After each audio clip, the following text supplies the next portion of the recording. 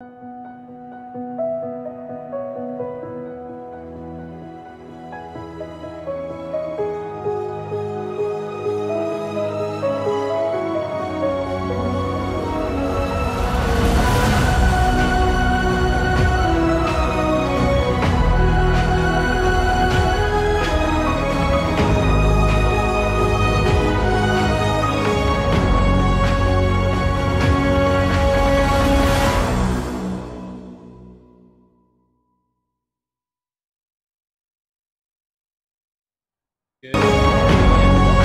episode of What's Up with Power. I'm Justin Wagner with Team ODZ. We're happy to be here this morning and share with you the basics of training with power. The goal of this show is to help you learn and understand the fundamentals of training with power so you can use those tools to take your cycling abilities to the next level. Whatever that is for you, we want to help you get there. So happy to be here this morning. Hopefully those of you from the US weren't up too late watching fireworks last night, so happy late 4th of July to you all. But we've got a good group here in Zwift. We got a group ride starting.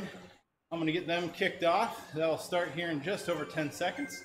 And once that gets rolling, we'll switch to slides and I will start doing today's presentation, which will be a bit of a content overview of everything we've presented in the last couple months. This would be a great chance to get a refresher, or as well as get a feel for all the things we go into depth on this show. So we'll cover them all, and we'll actually then, as we move forward, we'll actually start covering those. We go into depth on this show again in depth. So this will kind of be a bit of a replay overview of what we've done, as well as a kind of let you know what we go into depth in the future. So a good way to get a taster of everything we got going on. We're going to be about 15 minutes of presentation, followed by an open 15 minutes of questions and answers. So if you have any questions, let them fly here on the Facebook live chat. Happy to answer them for you when we get there. And got the group ride rolling here. We're going to stick it somewhere between 1.5 to 1.8 watts per kilo. I'm going to make a message here to the group. Great. Group.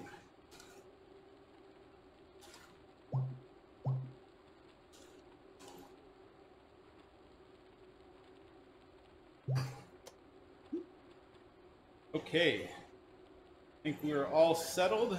I'm going to move to the slides here. So I'm calling this the round 2 summaries. We've pretty much just completed our second round of going through the content in the Training and Racing with the Power Meter book. A lot of our content is taken straight from that book. It's a great book by some really good authors. I definitely recommend you seeking it out. Training and Racing with the Power Meter. So, first chapter, we had data-driven athlete. Oops, actually cover that for us, Nate Dunn. So, the first chapter of the book is all about knowing and understanding what you gain from training with a power meter. And so the 4 key things that training with power gets you is it helps you know yourself objectively, know your capabilities, your limits, know those objectively.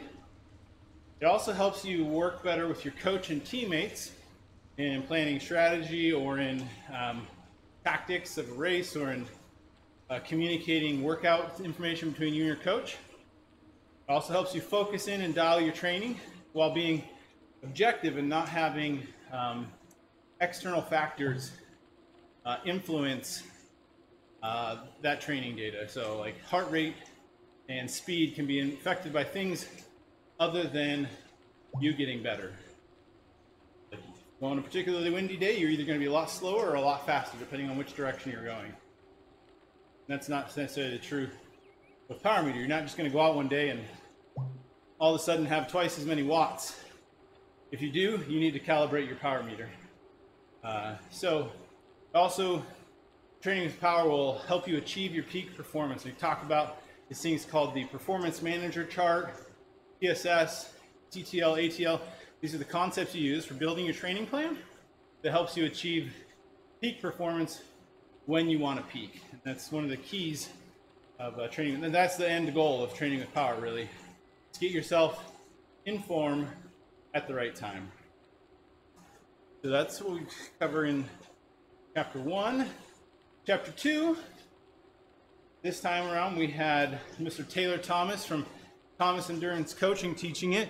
And the takeaway we get from this chapter is it's all about understanding the hardware and software components that go into training with power. Understanding where you're calibrating your power meter, having a power meter, the head unit that ties to your power meter. That could be Zwift, in this instance, like what I'm doing right now. Or when you ride outside, it's going to be like a Wahoo, Stages, a Garmin, one of those head units. There's lots out there. And also then we talked about in detail the different software that exists and what's the purpose of this software. So we talk about software that's meant for analyzing a single ride and what kind of power characteristics we typically pull out of a single ride. And what kind of analysis are we going to do when we start looking at multiple rides, over a week, a month? What does the software do for us there? And what are the key components we should be looking for? So that's what we talk about there. Really appreciate having these guys, Taylor Thomas and Nate Dunn from Thomas Endurance Coaching and Data Driven Athlete. They are great presenters. They bring us lots of good flavor. Just can't talk enough about how much we really enjoy having them on the show. So, chapter 3, we had Brett Jenner, on the show. Click back here. I'm really butchering my slides today, but so chapter 3 says, okay, we now understand the basics of why we would train with power from the high level. We understand the tools we need. Now the rubber's starting to hit the road. What are we doing to actually start training with power? So we talked about data collection, having a system down for getting your power files into the right pieces of software, making that as easy as possible so that you don't have to do a lot of work.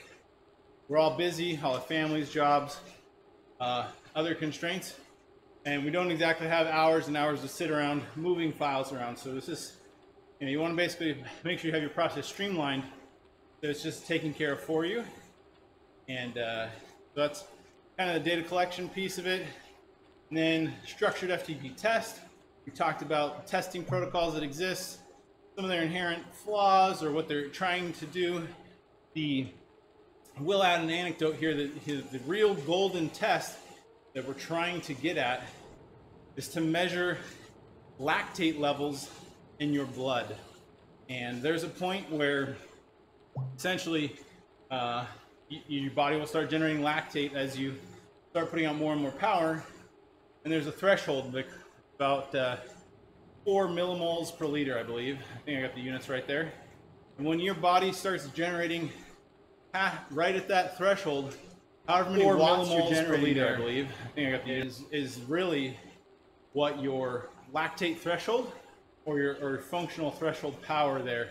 So because we don't all have ways of measuring lactate in our blood, we use our power meter, and there's all sorts of backing behind several testing protocols that get pretty good approximations, at least functional approximations of your threshold power that you can use to train against. Since you've got a power meter, we want to be able to use that tool. Anyway, probably more in depth there, but there's testing protocols we're going to follow. And then one key thing here is to keep following whatever you're doing to test and set an FTP that you're going to train against. Use the same system over and over. You want measurable, objective, repeatable results. And so using the same system to get those results is what's going to get you there. And we talk about here in power-based training levels. So once you've understood what your threshold power is, there is a chart that basically says, okay, at these different percentages of your FTP, these are designated training zones. And there's different reasons you would train at those different power zones, and you would train in those different power zones for different amounts of time. And so kind of getting an understanding of that, we dig into that. I think even in a further chapter, we go into more detail. So chapter 4, training racing with power meter, we had Nate Dunn from Data Driven Athlete. And this is all about understanding what they call the power profile chart, or in other words, it's a way to objectively measure what your strengths and weaknesses are. This is a chart that basically lines out your best, I think it's 1 minute, 5 minute, 10 minute, 20 minute efforts. And it compares them on a generally acceptable scale of where typical racers lie in those areas. It's a statistical average, not a, the chart basically says, look, if you can do X number of watts per kilogram for this amount of time, we'd put you as a Cat 4 or a Cat 5 or a Cat 2 or a UCI Pro. So they use that chart, basically look at your different effort levels and say, okay, are you relatively much better at a 30-second effort than you are at a 20-minute effort? Or are those all for you, when you compare them in the, like when you compare against the global population of racers, are you pretty much straight across the board? And so understanding that is what gives you what they call kind of your rider classification. So we hear about this all the time in the Tour de France. He's a climber, the sprinter. So these boil down to, you know, what kind of power efforts they're good at for what durations.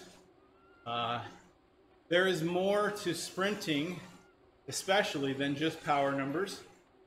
Like, won't get into this, but picking the right line and say the final couple hundred meters of a sprint, because it can have pretty bad consequences if you don't, as we all saw in the tour yesterday. So these are the different classifications: all-rounder, sprinter, time trialist, climber, steady state, pursuiter. Kind of get into what those mean a little bit more in that chapter. Chapter 5 is all about talking about optimal workouts and using power. So this goes back into the power-based training zones, what do they mean, and going into more depth, like, okay, what does a typical zone 2 workout look like? And how long does it typically go? And again, this is going to change depending on the level you're at. So an entry-level rider's zone 2 workout, in fact, an entry-level rider may not even do zone 2 workouts. So this is kind of something you learn over time. But anyway, in that chapter, we talk about that. And so I guess when I say that an entry-level rider may not do a zone 2 workout, what I mean is typically as you add in more and more and more volume to your training, then your training starts to become more bipolar. So where you're going to do very specific harder efforts, and then maybe more specific steadier, longer efforts, like a zone 2 workout. And so as you have short amounts of time to train, which most typical entry-level riders do, you get a lot of bang for your buck for just sitting more towards the upper end rather than just riding zone 2 as an entry-level rider. So we talk about that in more detail, but that's kind of a 10,000-foot summary of it. But that's what we cover in chapter 5. Chapter 6 is all about, all right, done some workouts, we've got some data. What do we make of this? Let's start looking into the details of how we interpret our data. We had Nate Dunn come in. He gave a great, very specific guidance on the way he does it. But here's kind of some of the most common pieces people look at. You'll look at distribution charts of power cadence. Talk about kind of what you can pick from those distribution charts. Talked about the critical power chart, which will show for a given ride kind of what your different power levels were for different durations. We talked about what are the kind of analysis we're going to do cross workouts or cross different races, multi-file analysis. So, chapter 7 had Taylor Thomas of Thomas Endurance Coaching, and we talked about going beyond average power. So, average power is a good, interesting metric to have, but it does not tell the whole story. And this is all what Chapter 7 is about, understanding what are the other pieces of information that you use to help you interpret, from looking at the numbers, the characteristics of your ride. And so, an algorithm to compute something called normalized power, which is it's a representation of the strain that ride took on your body if you were to have rode basically steady for the whole workout. And so average power, if you're doing a lot of hard efforts and then easy, it's going to be somewhere in the middle. But normalized power, typically when you have burstier, harder workouts, it's going to give you a number higher than average power. In fact, it's impossible to get a normalized power less than your average power. That just takes into account the stochastic nature of your power data, or does that mean the fact that your power data can be all over the place? So intensity factor, then we look at normalized power in relation to your threshold. Taking that and the duration of your ride into account, we come up with something called training stress score. And training and stress score is what feeds into most training plans when you're starting to plan for multiple weeks, months. You start looking at your overall training load for those weeks, and that's where TSS comes into play. Okay, chapter 8. So perfect lead in here. When we talk about TSS, the performance manager chart. So I talked about multi-week planning and analysis.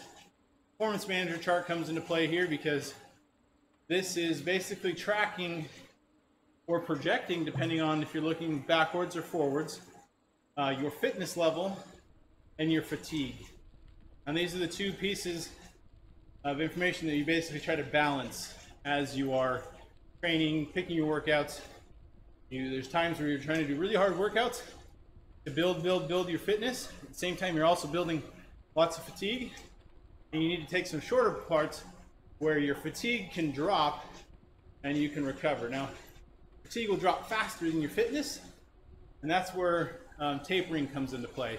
You basically let that fatigue drop off while maintaining fitness, and that's where you peak. There's all sorts of protocols for that tapering. In fact, next week we're going to have Taylor Thomas on from Thomas Endurance Coaching, who's going to talk specifically around tapering for an event. Very timely time of the year to talk about that, because I think a lot of us are starting to have our big events. We've been training a lot, and we're kind of like, well, what do I do? I mean, I've heard about a taper. I've heard some different things. Taylor's going to talk about his beliefs and methodology around tapering. So that'll be next week. Fits right into the performance manager chart. Okay. Chapter 9, talked about developing a power-based training plan. So I think actually I talked about this last week. And key takeaway here, power-based training. What's your reason for training? If it's for an event, sign up for an event early, assess how much time you have, and take that time ahead and break it down into progression, or basically harder efforts and easier efforts, and building and recovering. And so that's what a power-based training plan is all about. And you use your training and stress score, TCL, ATL, to back that up from a numbers perspective. and fit that into your time frame and your calendar. Okay, a couple other things, miscellaneous items we've covered. In fact, this was 2 weeks ago. We talked about the Power Meter Buyer's Guide that DC Rainmaker puts out. You're in the market to buy a power meter, which if you're watching the show, you either already have one or you've heard about it a lot and you're not quite sure. We talk about, and we've had a couple episodes where we talk about that Power Meter's Buyer's Guide and what are the key pieces. The key takeaway is there's not one perfect power meter for everyone. It depends on many things.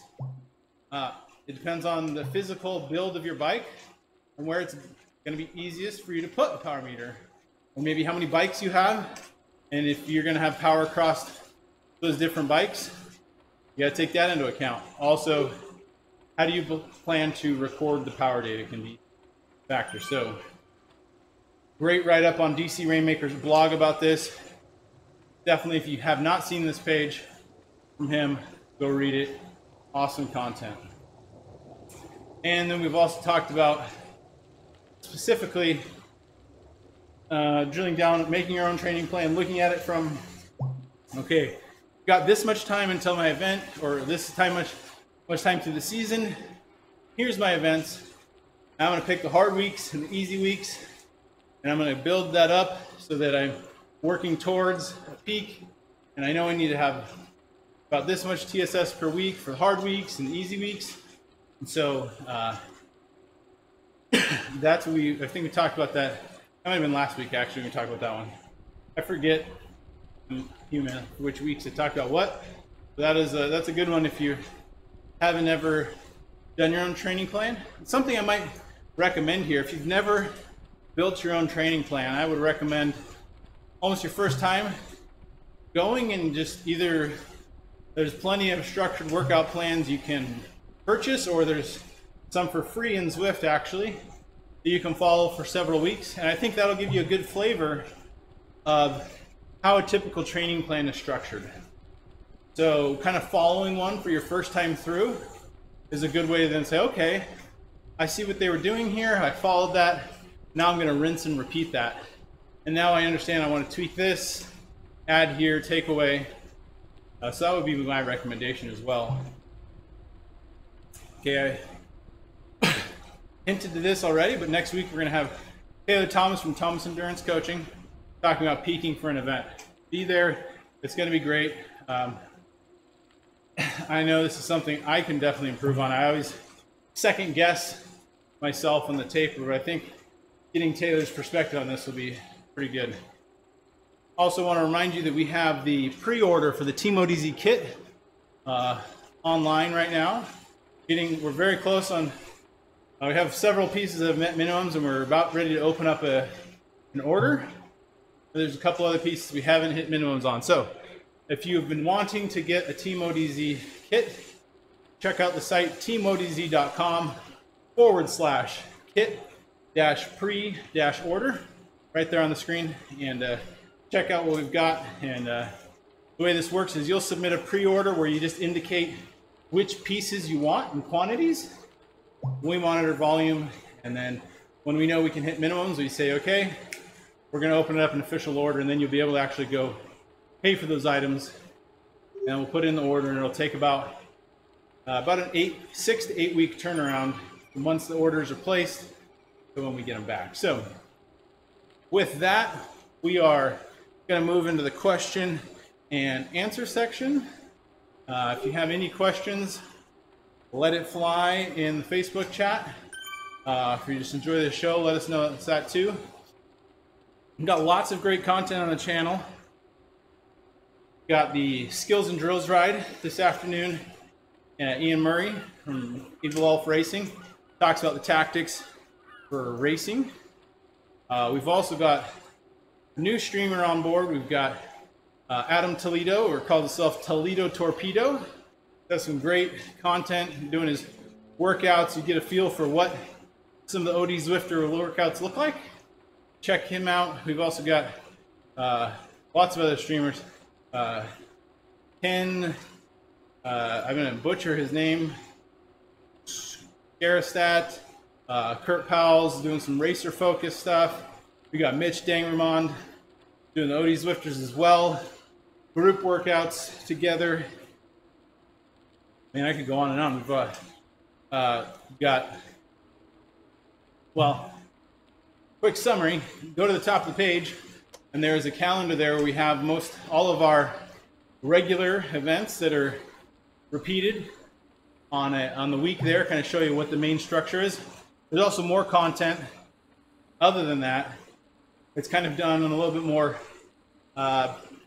might change from week to week, so it's not in the graphic. But so if you just like the page, you get notified as we plan those or as we go live. You can go ahead and jump in on whichever one suits your fancy. If you are really enjoying this training information, training with the power, you wanted to maybe discuss it a little bit more in depth, we have a good group. There's a private Facebook group, Team ODZ, that you can go ahead and join, and we have great conversations in there. If you've got in-depth questions, you want to get answers from people, and maybe more than just me, we've got a big community of everyone who's got slightly different experiences, and there's good conversations that go in there. You can feel free to ask your questions, and we will be glad to share our experiences and hopefully help answer your questions. So with that, seeing no questions, I'm going to go ahead and wrap up the show for today. We'll be back next week. Appreciate having you guys here, and really appreciate Training Peaks for supporting the show. A lot of times when we get down to different training software, talk about some of these concepts. Whew, apparently I just did a PR. I got lots of confetti. That was me, sorry. Oh, it was you. Okay, Dave. Just kidding. So well, it got really loud in my ear, and I'm sure it was loud on the broadcast as well. Lost my train of thought there. Not sure where I was going. Thank you, confetti, for doing that. Training Peaks, yeah. So we actually have a discount code to offer if you've been looking into getting Training Peaks premium services, or we talk about kind of how that software can help. We also talk about there are alternatives that have no monetary cost, and actually there's a free version of Training Peaks as well. But if you decide to go down that route, we have and I recommend it. I use it myself actually. I particularly enjoy being able to plan out my training ahead of time. The Training Peaks. I kind of built some complex spreadsheets myself to do it, but I definitely feel like the Training Peaks software makes that job a lot easier and a lot more precise for me. So if you enter in the promo code ODZ20 or ODZ20, get yourself 20% off Training Peaks premium services. And so we appreciate their support of the show and offering that discount code for the viewers. And appreciate having you here. And again, any questions or comments, leave them in the show notes or in the show comments afterwards, or join us in the Facebook group. And what would life be without Training Peaks, John? True story. They definitely make our lives a lot easier. So again, thank you for coming. Hit the like button on the page if you want to see more content. We are happy you came, and hope you have a wonderful rest of your week.